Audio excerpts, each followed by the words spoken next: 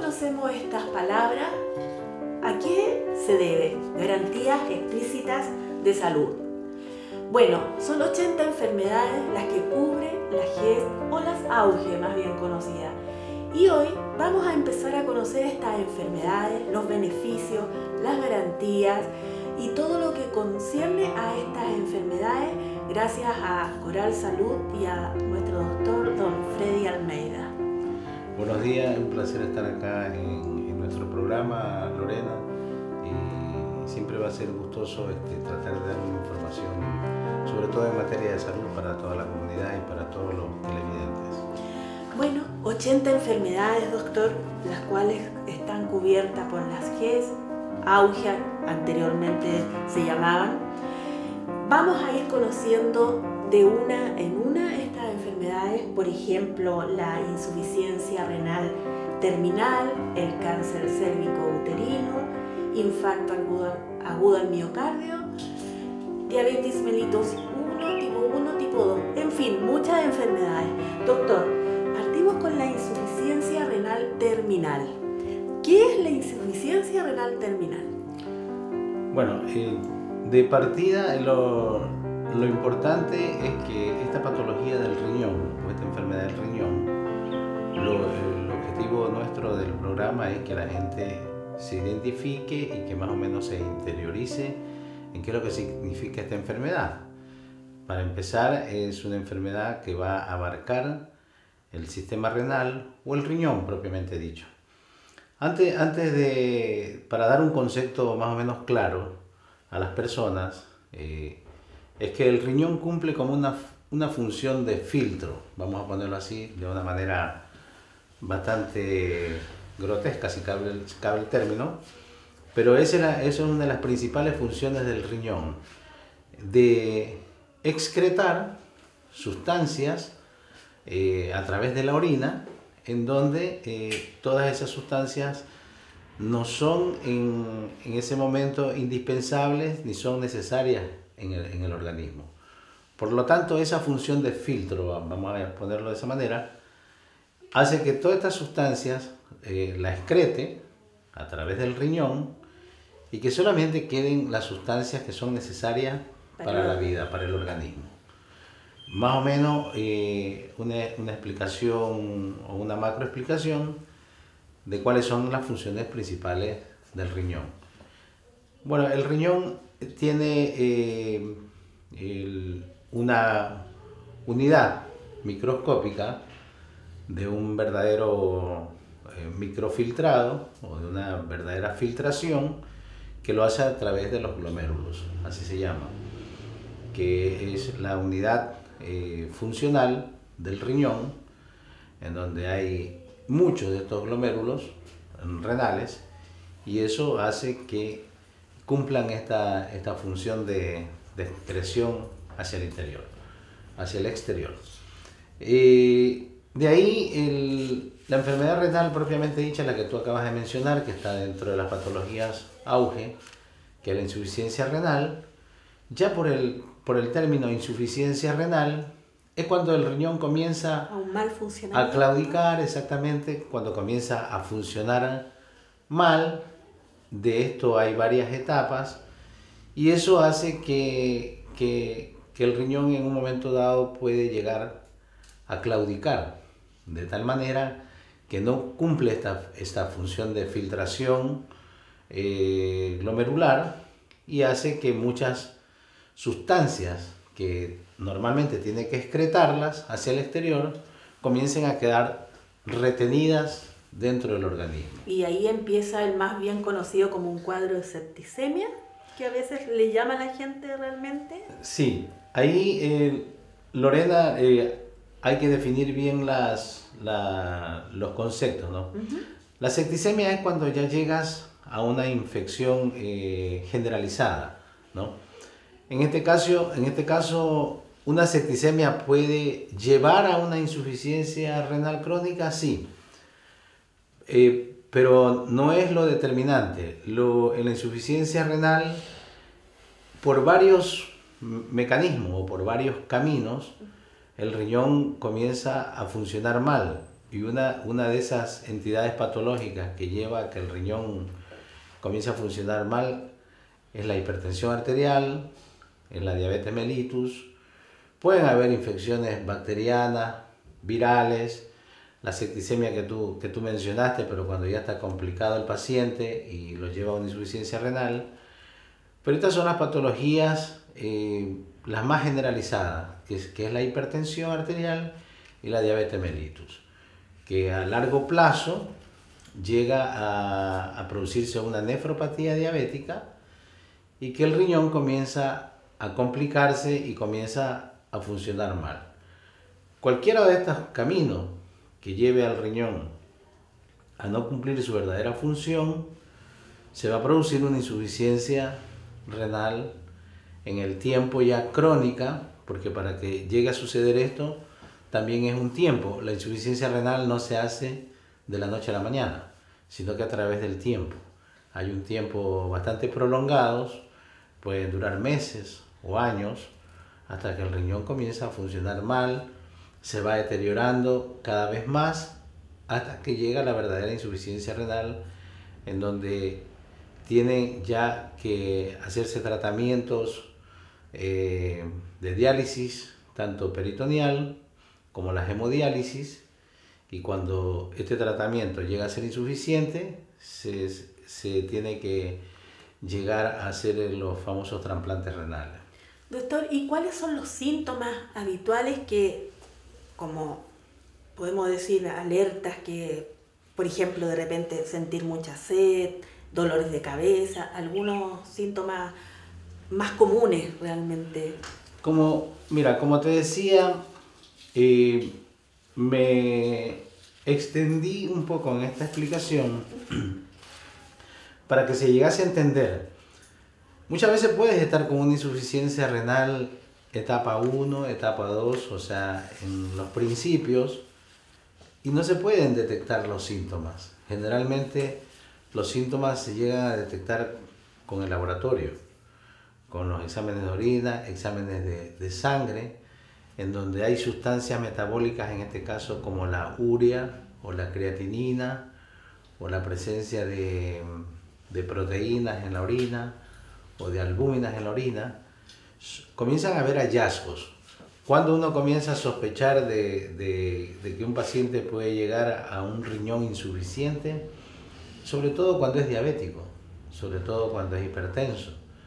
En esas dos grandes patologías, tanto la hipertensión como la diabetes, que tiene que ser controlada durante un buen periodo de tiempo, antes de llegar a una insuficiencia renal crónica, este paciente diabético pasa por esos famosos síntomas que tú estabas mencionando, que es la polidixia, que es mucha sed, polifagia, poliuria, que es que orina a cada momento, y en principio en la atención primaria, por experiencia práctica y clínica, uno llega a diagnosticar al principio es la hipertensión y la diabetes. Estos pacientes ya entran en un programa de control dentro de atención primaria y se les está revisando en forma periódica la presencia de albúmina, que es una proteína que no tiene por qué estar presente en la orina, pero cuando el riñón comienza a fallar en su inicio, puede haber la presencia de esta proteína en la orina, que se le puede decir proteinuria o microalbuminuria. Entonces ya estamos frente a un cuadro en donde estos pacientes crónicos comienzan a fallarles el riñón. La explicación hay que darla en forma clara porque no te debuta el paciente con una insuficiencia renal, sino que es a través del tiempo, Lorena, que a Dios gracias, digo yo, no es una situación súbita como otras enfermedades, como por ejemplo un accidente vascular cerebral o cerebrovascular, que se instala bruscamente. Hay una subida de presión arterial y se produce una hemorragia en el cerebro y se instala o hay veces hay algunos síntomas que te van llevando a ese diagnóstico. Pero la insuficiencia renal es como a largo plazo. O sea, tenemos un plazo para poder, efectuar un tratamiento en el cual a lo mejor, doctor, no va a ser un tratamiento que digamos solucionable ya, pero sí nos va a extender un poco más el periodo. Sí, la atención primaria, que eso es lo bueno, un poco hacia tu pregunta, Lorena, es que en el programa cardiovascular, ya sobre todo en este tipo de pacientes, hago el enfoque porque la mayoría dentro del programa cardiovascular, el enfoque mayoritario es para los hipertensos y los diabéticos. Son estos pacientes que a largo plazo hay que irlos controlando, de que no haya este escape de proteínas en la orina, y se hacen exámenes de sangre, pongámoslo de esta manera, básicos, que se lo ve en atención primaria, en donde la urea y la creatinina, que son dos sustancias que normalmente tienen que ser excretadas por el riñón, comienzan a elevarse en el torrente sanguíneo, tanto la urea como la creatinina. Y cuando hay esa elevación de urea y creatinina, se aplica una fórmula, ¿no? Que es una fórmula de Cockcroft, así se llama. Se hace un cálculo matemático y a través de ese cálculo matemático uno ya puede ir sabiendo si hay mucha retención de estos metabolitos dentro del organismo, en donde normalmente tienen que ser excretados. Al comenzar a funcionar mal el riñón, no excreta estos metabolitos, no se produce una depresión correcta hacia el exterior, sino que comienza a estar retenido. Por eso te explicaba al principio que, aunque la explicación sea un poco así grosera, funciona como un filtro. Normalmente estos metabolitos tienen que estar excretados, pero como ya el filtro comienza a fallar, si alguno de los televidentes lo compara como que se comienza a tapar un poco ese microfiltro, claro, comienzan todas esas sustancias a retenerse dentro del organismo. Entonces uno hace un simple examen de sangre y uno ve que esas sustancias están retenidas, y uno aplica la fórmula y dice, bueno, esto se está excretando muy poco, casi nada, por lo tanto estoy frente a una insuficiencia renal que puede ser etapa 1, 2, 3 y 4, que la 4 es la más severa.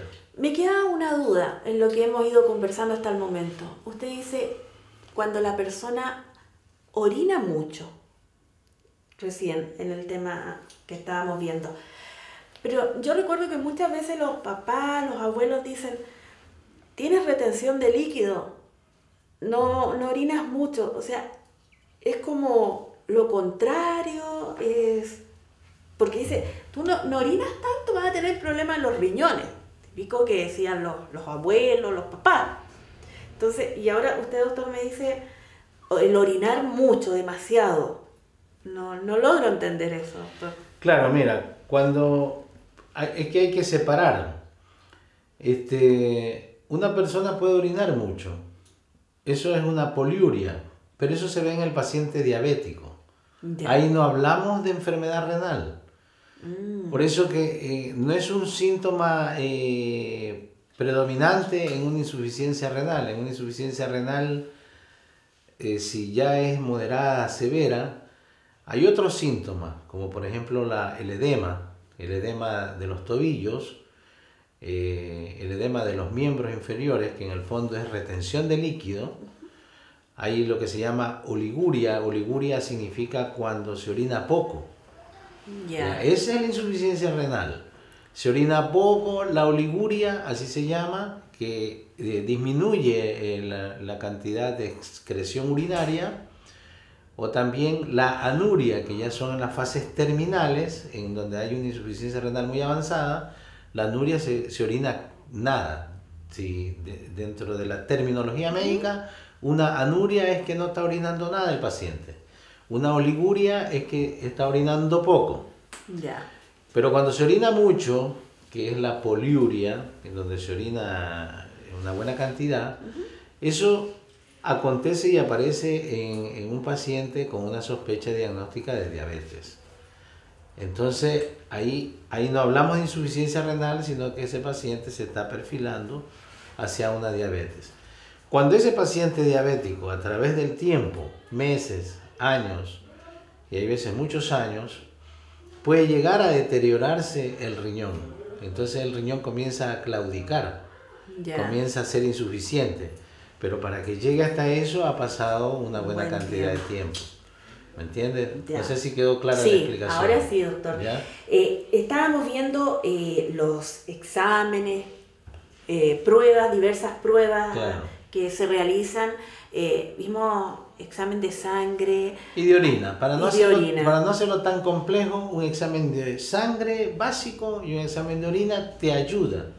No hay que entrar en tanta complejidad. Y ya después, en fin, van haciéndose un simple examen de sangre, que en el fondo pides urea y creatinina, no va más allá de eso, o un perfil bioquímico que le pides, ahí está abarcada la urea y la creatinina. Son estas dos sustancias metabólicas las que se estudia. Es un simple examen de sangre que lo bueno es que dentro de la atención primaria se lo hace con mucha rutina, y dentro de la atención privada está al alcance del bolsillo de todo, porque no es un examen costoso. Eso con un examen de orina, ya y con los antecedentes que tiene el paciente, que generalmente son hipertensos diabéticos, el médico acucioso metódico aplica esta fórmula, que se llama fórmula de Cockcroft, y aplicando esta fórmula va viendo la cantidad de retención metabólica que va teniendo esta persona. Se llama cálculo de la velocidad de filtración glomerular, así se llama la fórmula. Para no entrar tanto en esta complejidad, es una fórmula que es muy conocida por los médicos. Se hace cálculo tanto en hombres como en mujeres, y esta resolución matemática a través de esta fórmula uno lo pone sobre aviso de que el paciente está en una determinada etapa de ya esa insuficiencia renal, porque hay una etapa 1, 2, 3 y 4, que las primeras son leves, las otras son moderadas y ya las últimas son severas. Cuando ya es una insuficiencia renal crónica, que es el tema que a nosotros nos compete, ya el riñón está funcionando poco o nada.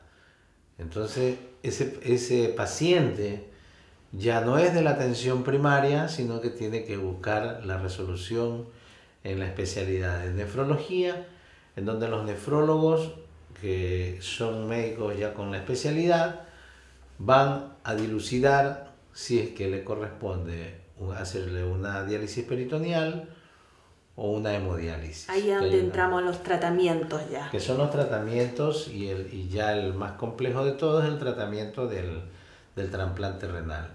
Ya esa es la última etapa del trasplante renal. Es como el último recurso de tratamiento, porque más allá de la diálisis peritoneal, por ejemplo, es una técnica, como su nombre lo indica, son diálisis que específicamente están vinculados con el peritoneo. Generalmente son más ambulatorias esos tratamientos. Por darte un ejemplo, los menores de 15 años se les hace la diálisis peritoneal. A todo esto la insuficiencia renal no respeta edades, Lorena. Esto lo puedes ver en los primeros años de vida hasta en la etapa adulta. O sea, eso tiene que quedar bien claro. O sea, no porque sea adulto va solamente al que puede sufrir las consecuencias, sino que lo que dice un niño pequeñito. Un infante, los adolescentes también, involucra todo. Y en donde se hace la diferencia del tratamiento es que la diálisis peritoneal generalmente se lo hacen en niños menores de 15 años de edad y en pacientes que tienen una extrema ruralidad. Cuando están en zonas rurales en donde se tendría que practicar la hemodiálisis, tiene que haber un movimiento de traslado, donde tienen que ir a ver al paciente, llevarlo a la unidad de diálisis de la hemodiálisis, y bueno, en todo eso involucra un movimiento de recursos materiales. Entonces, esto depende más de los nefrólogos, puede planteársele diálisis peritoneal, que es una forma más ambulatoria de tratamiento. Doctor, ¿es hereditario necesariamente si ya... No todos los casos, pero también está involucrado un factor genético. Si muchos son monorrenales, ¿no? Pero eso no quiere decir que esos lleguen a una insuficiencia renal, porque los monorrenales significa simplemente que nació con un riñón, pero ese riñón puede estar bueno. Lo que te quiero decir es que hay factores genéticos en el sentido de que puede venir con un determinado deterioro ya el riñón por genética o por herencia. Y eso, al tener ese factor hereditario, lógicamente que se va a hablar de una patología o de una insuficiencia renal crónica heredada. No necesariamente si el familiar tuvo diabetes, si su abuelo, su tío sufrió de diabetes. Es que, claro, en principio esos factores hereditarios de la diabetes pueden llegárselos a heredar a los hijos, a los nietos. Pero como te decía al principio, eso pasa un periodo de tiempo. Hay en las primeras etapas los diabéticos insulinos requerentes, que son verdaderas anomalías o son verdaderas patologías heredadas. En el tiempo pueden desarrollar una insuficiencia renal crónica. Pero hay otros que no necesariamente pasan por la diabetes, sino que tienen un deterioro renal heredado, una falla renal, una insuficiencia renal. Doctor, bueno, entonces démosle a nuestros televidentes el consejo de prevención, que en este caso sería realizarse estos 2 exámenes, doctor, que usted nos señalaba. Estos exámenes, más que de prevención, Lorena, que eso es enfático, son exámenes de control. Porque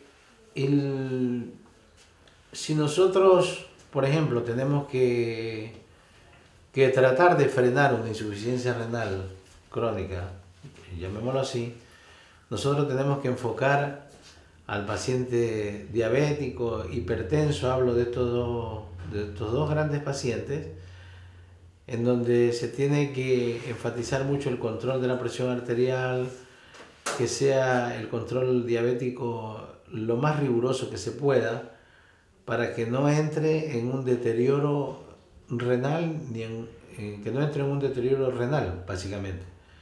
Porque al estar estas dos grandes patologías no bien controladas, van hacia o camino hacia un deterioro de la función renal. Entonces, ojalá hubiese una prevención estricta, ¿no? Pero cuando ya un paciente... La prevención en este caso tendría que ser una prevención tanto para el paciente diabético e hipertenso, en este caso. Que eso sí se puede prevenir con la ingesta, la reducción de peso. No sé si soy claro, pero apuntar primero hacia esas patologías que son las mayoritarias y que son las donde tienes que frenar de alguna manera para que no llegue a una insuficiencia renal. Entonces, en ese aspecto, la prevención sirve. Y siempre se está concluyendo en la reducción de peso, en el control de la presión arterial, en el control del azúcar en la sangre, para que a largo plazo no llegue a deteriorarse el riñón.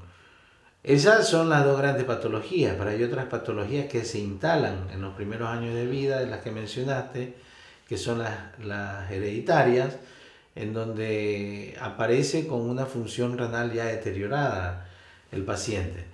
Ahí mucho no se puede hacer, sino que se hacen los tratamientos tanto de diálisis peritoneal o hemodiálisis de acuerdo a la edad y de acuerdo al accionar del nefrólogo, y también en menores edades, obviamente que cuando ya no se puede sostener a través de estos tratamientos la insuficiencia renal crónica, se tiene que utilizar la herramienta del trasplante renal, que es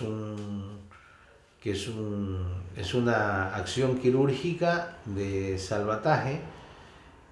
Hay un éxito relativo en todos estos trasplantes renales, pero si alguien preguntara Hay veces hay que dejar los prejuicios hacia un lado. Muchos tenemos creencias religiosas, no sé cómo estará el mundo en ese aspecto, la creencia de Dios mismo, pero uno tiene que ir teniendo como una óptica también científica de que de alguna manera puedes resolver un tema. Y muchas veces yo he conocido pacientes trasplantados que fueron trasplantados hace 8, 9, 10 años, por darte un ejemplo. Entonces uno se pone a pensar si realmente sirve o no sirve el trasplante renal, si hay que hacerlo o no hay que hacerlo. Y yo diría que sí, en el momento que tienes un éxito quirúrgico y llegas a mejorarle la calidad de vida a esa persona y puedes prolongar su existencia 8, 9, 10, 11, 12 años, yo creo que en ese aspecto hay que reafirmar el concepto de que el trasplante es una herramienta de utilidad resolutiva para el manejo de la insuficiencia renal crónica. Bueno, doctor, hemos dejado bien informados a nuestros televidentes. Vamos a seguir con estas cápsulas de salud, viendo estas enfermedades que pertenecen a la GES, antiguamente plan auge, doctor. Cada día adquiriendo más conocimiento. Sí, vas a salir una experta en salud. Así es que nos vemos en el próximo programa de Coral Salud con el doctor Freddy Almeida. Bueno, me despido y la verdad que el objetivo, Lorena, ojalá que sea de transmisión, que no se...